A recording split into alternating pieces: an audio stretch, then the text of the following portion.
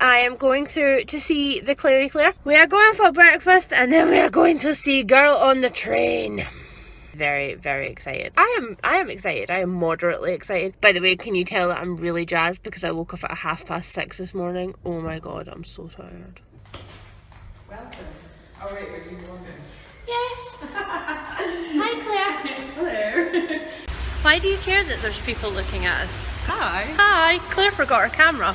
Of course. Are we shocked? No, we're not shocked. Because any time that Claire decides that she's going to vlog, she doesn't prepare for it. Or rather she does, but there's no point because I will forget. What are we going to do, Claire? Today we are, I don't like this lighting.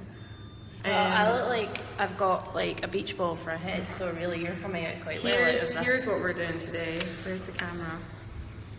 Yeah. Oh yeah. But yeah, crime's over here, or this table is crime, I mean, it's Peter May. So I kind of feel as if one were to do a book to movie review using only one's face, for Girl on a Train the face would have to be something like... Is that? Yeah.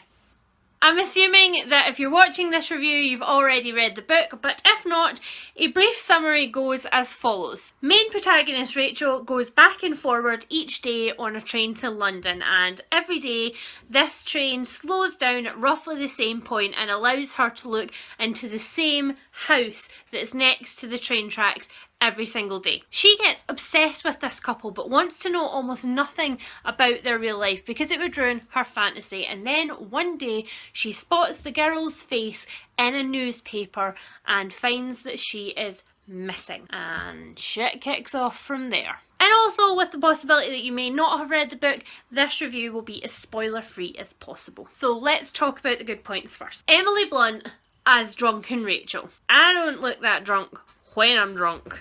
That girl plays a good drunk, but I do walk better in heels. I loved not just how the drunkenness was translated onto screen, because I was really worried that that was going to be over the top, but how Rachel's blurred edges and the blurred edges of all of her memories were translated into the cinematography. Some of the scenes do feel floaty and oddly distant, and some of them also feel too loud and far too close up and far too uncomfortable, and that, to me, and my experience of being quite drunk when I was younger, not recently, but younger, seems pretty accurate. Speaking of reflective cinematography, I loved how quiet the entire film was. It always felt roughly like you were hungover and kind of peering through shades. I really love a quiet film where huge dramatic moments are taken and put into this tiny little box and left to spontaneously combust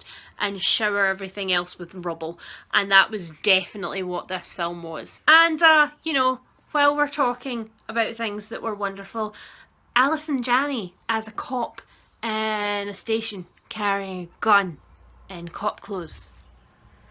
Take me, baby.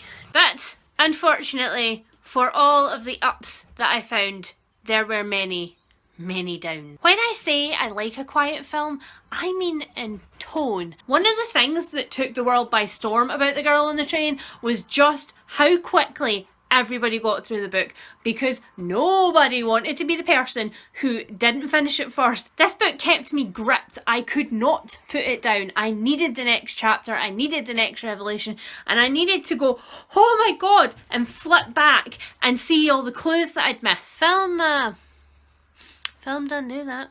It was so painfully slow, to the point that I thought all of these little isolated incidents which were beautifully drawn were never going to link up and actually become an anything. Conversely, I also thought that the conclusion of the film was way too rushed. So we had all of this slow burn, and then at the end it's like somebody's just pitched you like a lemming off a cliff. Don't shake mummy's tripod when she is filming. One of my niggly issues was all of the men. All of the men looked completely the same.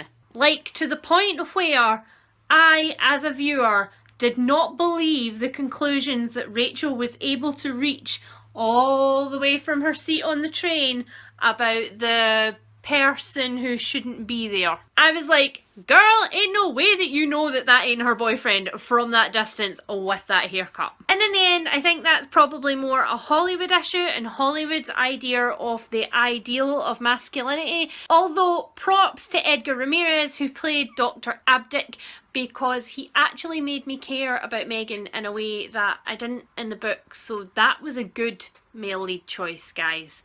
More like him. So, in conclusion, I gave the movie a 2 out of 5, and I would really suggest that you stick with the book. Although I will say, if you're a long-time fan of the book, as with every other movie adaptation which has bombed ever, there's going to be something in the film that you really love. And like, personally, I would just, I would go and see it just for Alice and Janney wearing a gun again.